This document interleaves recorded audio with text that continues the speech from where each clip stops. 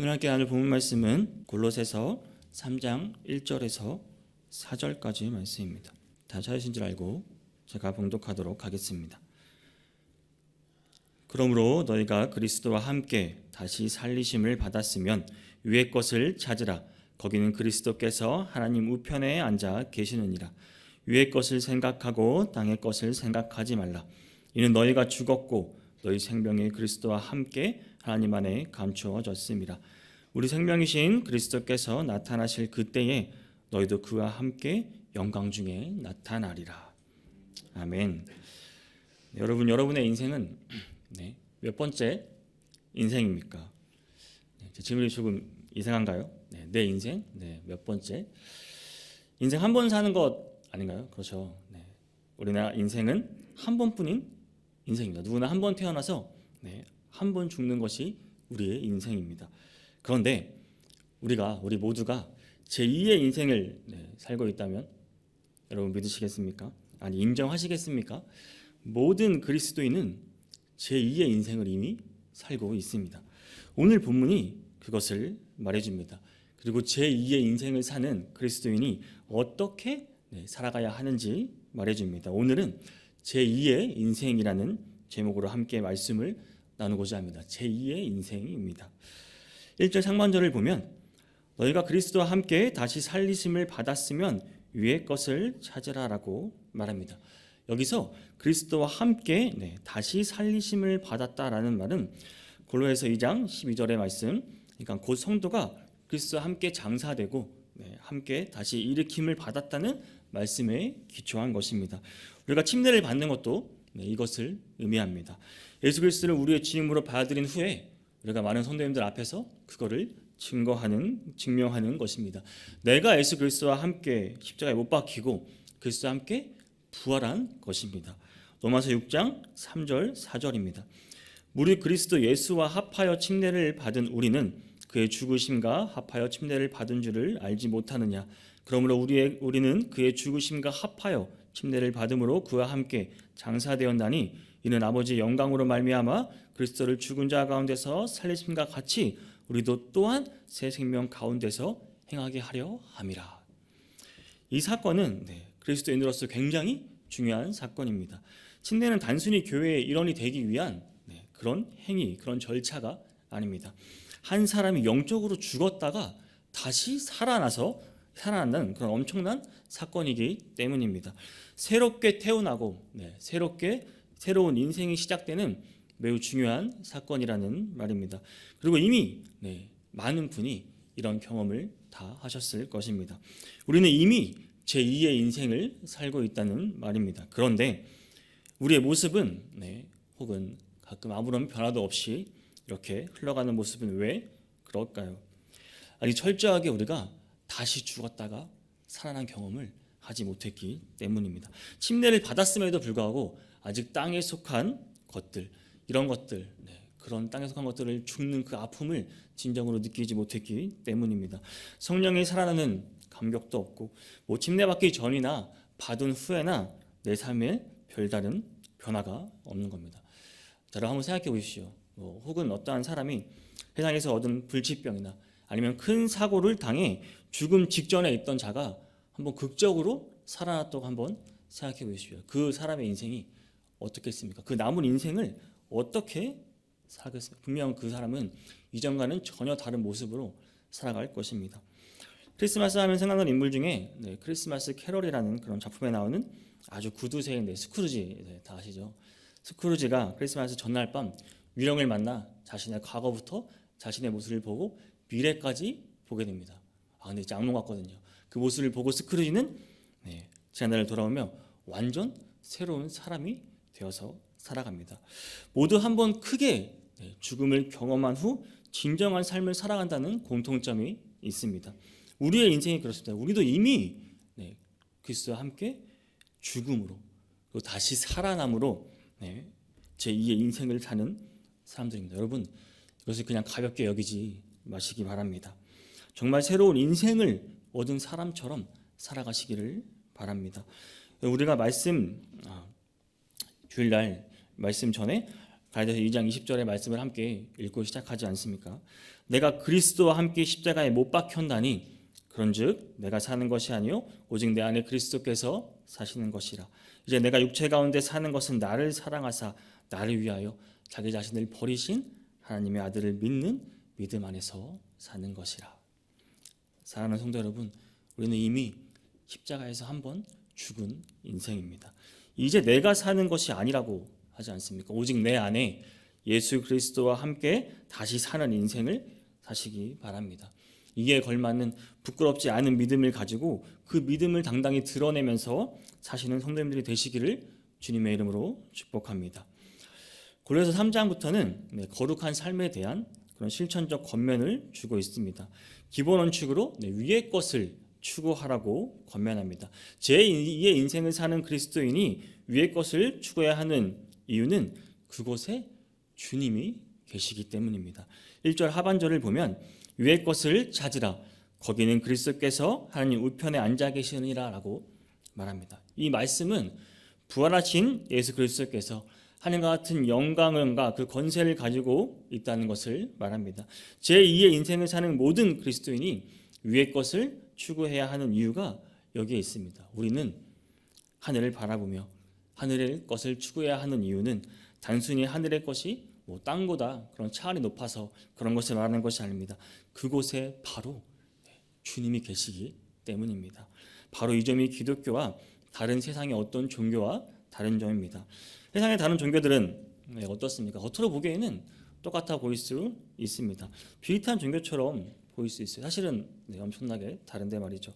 그러나 성경과 다른 철학이나 다른 종교의 가르침을 동일시하거나 더 우월하게 생각하며 그것을 지금도 따르고 있는 사람들이 우리 주변에 너무나 많습니다. 그리스 헬라 시대 철학자들은 이 땅의 것들은 무상하다 하여 이제 순수하고 영원한 세계를 쫓는 것을 가르쳤습니다. 불교는 어떻습니까? 불교의 재행무상이라는 말이 있습니다. 무상하기 짝이 없는 이 땅의 색을 떠나고 청정하고 그런 영원한 공의 세계를 찾는 것을 가르치고 있습니다. 이 땅의 철학이나 다른 종교나 마찬가지로 이런 비슷한 가르침을 하고 있습니다. 기독교나 다른 종교나 그런 철학에 가는 공통점이 하나 있습니다. 바로 영원한 것을 추구한다는 것입니다. 전도서 3장 11절은 이렇게 말합니다. 하나님이 모든 것을 지으시되 때를 따라 아름답게 하셨고 또 사람들에게 영원을 사모하는 마음을 주셨느니라. 그러나 하나님이 하시는 일의 시종을 사람으로 측량할 수 없게 하셨도다. 하나님께서는 하시는 일을 우리가 다 알 수 없지만 영원을 사모하는 마음을 사람들에게 이미 주셨다고 말하고 있습니다. 이미 많은 사람이 영원한 것을 찾고 있습니다. 그러나 다 같은 것을 찾는 것은 아닙니다. 많은 사람이 무엇을 찾는지 또 어디로 가야 하는지 모르고 그것을 따라가고 있다는 말입니다. 그러나 우리는 다릅니다. 그렇죠. 왜냐하면 막연히 하늘을 바라보는 것이 아니기 때문입니다. 우리를 지으시고 우리를 구원하실 뿐 아니라 장차 또 큰 사랑으로 우리를 맞아주실 그분 예수 그리스도가 있는 곳을 바라보는 자들이기 때문입니다. 여러분, 우리가 어떻게 이 세상에서 남은 인생을 살아가야 하는지 그 이유를 분명히 깨달아야 합니다. 점점 더 세상은 하나님의 말씀을 흐리고 있습니다. 진리를 가르치는 세상의 가르침을 세상은 그것들을 혼동시키려고 합니다. 여러 어리석은 말로 미혹되고 있습니다. 골로새 교회도 그랬습니다. 이단 사상과 우상을 숭배하고 또한 거짓 교회들의 가르침이 만연하던 시대였습니다. 그것도 위협을 받은 세대였습니다. 우리가 사는 이 세상도 앞으로 더 많은 혼돈과 혼란이 있을 것입니다. 잘 분별하셔야 됩니다. 베드로전서 3장 22절은 이렇게 말합니다. 그는 하늘에 오르사 하나님 우편에 계시니 천사들과 권세들과 능력들이 그에게 복종하느니라. 우리가 믿는 예수 그리스도가 이런 분입니다.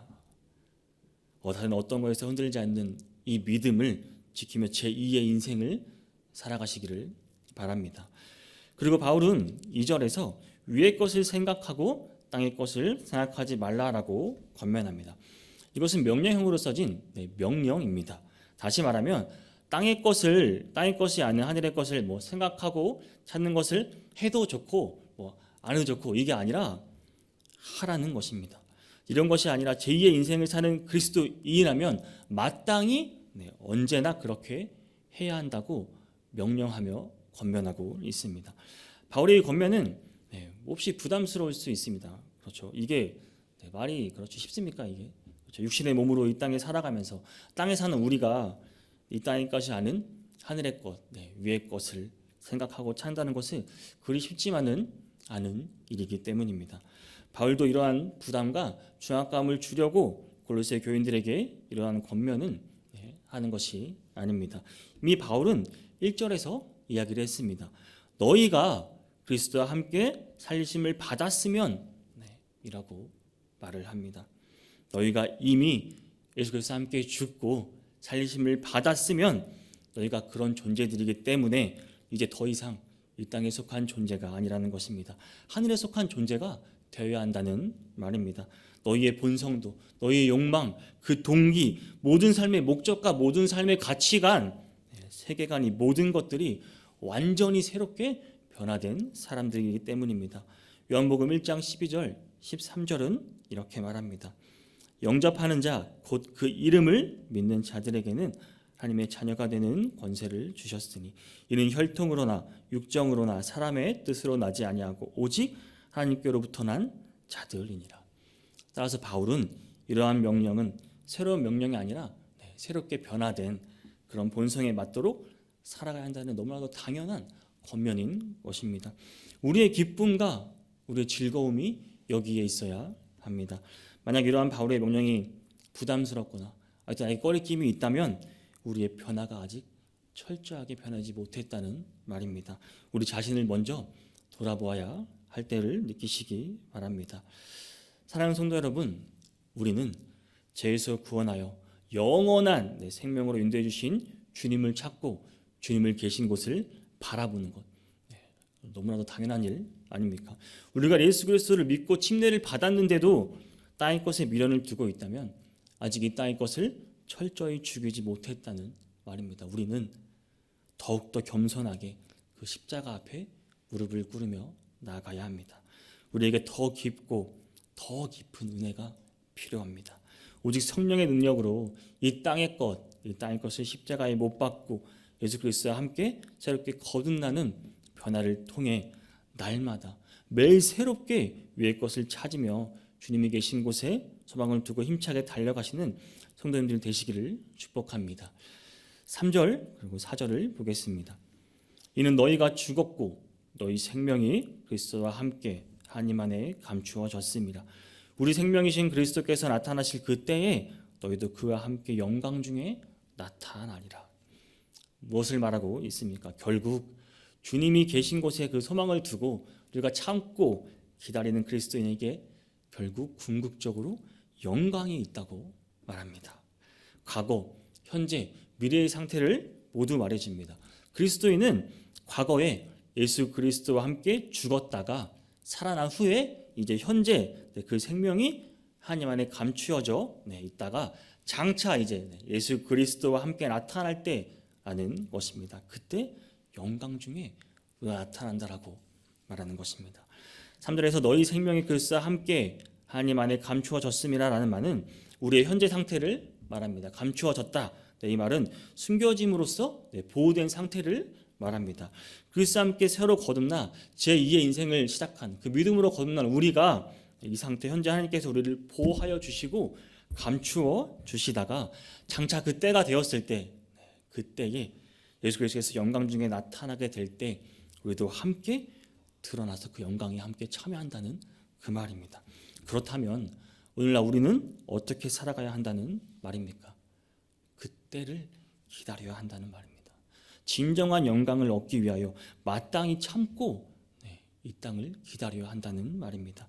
우리는 예수 그리스도와 함께 영광을 얻는다고 말합니다. 여러분, 그때를 기다릴 줄 알아야 합니다. 아담은 어땠습니까? 서둘러서 하나님을 함께 닮아가려고 하나님이 되고 싶어서 하나님의 영광에 도달하려다가 오히려 받았던 영광까지 잃고 낙원에서 쫓겨나고 말았습니다. 왕자였던 압살롬이나 아도니아 역시 서둘러 왕권을 탐내려 하다가 오히려 치욕스러운 결과를 맛보고 말았습니다. 이소부화나 많은 동화 혹은 악역을 맡은 영화나 주인공들의 그 역할을 인물들을 보면 먼저 다 서둘러 그 영광을 얻으려고 취하려고 하다가 오히려 더 장차 얻을 자기 모든 것까지 다 잃고 마는 것을 우리는 보고 맙니다. 우리 주변에도 이런 어리석은 사람들을 볼 수 있습니다. 이 땅에서 계속 무엇인가를 더 취하려고 하고 치열하게 세상의 것을 모으려고 합니다. 세상의 방법으로 그 영광들을 다 얻으려고 합니다. 혹은 이미 예수 그리스도를 믿고 있는 성도인데도 다르지 않을 때가 많습니다. 이미 하나님께서 하늘에 상급을 쌓으신 것을 알고 있음에도 준비해 두고 계신데 이를 참지 못하고 이 땅에서 계속 서둘러 그 대가를 받으려고 합니다. 이것이 사람의 마음입니다. 여러분, 이 땅에 있는 거 다 아무것도 아닙니다. 어느 것 하나 가져갈 수도 없습니다. 장차 하나님이 예비하신 것들에 비하면 정말 털끝, 먼지 털끝에 먼지 하나도 조차 하지 못합니다. 마태복음 6장 1절에서 5절을 보면 이러한 것들, 세상의 것들을 먼저 서둘러 취한 자들에게는 더 이상 영광이 있을 수 없다고 말합니다. 이미 너희가 그것들을 받았다고 말하고 있습니다. 사랑하는 성도 여러분, 진정한 영원한 상급을 받기를 원하시나요? 아무것도 아닌 이 땅의 것들을 얻기 위해 서둘러 예수 그리스도를 떠나는 그런 어리석음을 행하지 마시기 바랍니다. 겸손한 모습으로 믿음으로 참고 인내하시기를 바랍니다. 기다리시기를 바랍니다. 그리고 언젠가 때가 차면 예수 그리스도의 영광이 온 우주에 가득 찰 그때에 그 안에 예수님께서 보호하여 주시고 우리를 감추어 주시다가 그때 우리도 같은 영광으로 밝게 빛날 수 있기를 소망합니다. 오늘 본문에서 사도 바울은 골로새 교인들에게 성도는 그리스도와 함께 이미 땅의 것에 대해서는 죽고 새롭게 태어나서 제2의 인생을 사는 자들임을 상기시켜 줍니다. 하늘의 것을 찾으라고 명령하며 권면하고 있습니다. 오늘 우리 역시 잠시 있다 사라질 이 땅의 것들에 흔들리지 마시고 오직 예수께서 계신 곳을 바라보며 천성을 향해 달려가는 자들이 되어야 합니다. 그리고 더 나아가 장차 있을 영광을 바라보며 묵묵히 순종하며 우리가 인내하며 기다려야 하는 것입니다. 주님께서 재림하실 그때에 함께 우리 모두 하나님의 영광이 그 빛을 발하는 복된 성도님들이 되시기를 주님의 이름으로 축복합니다.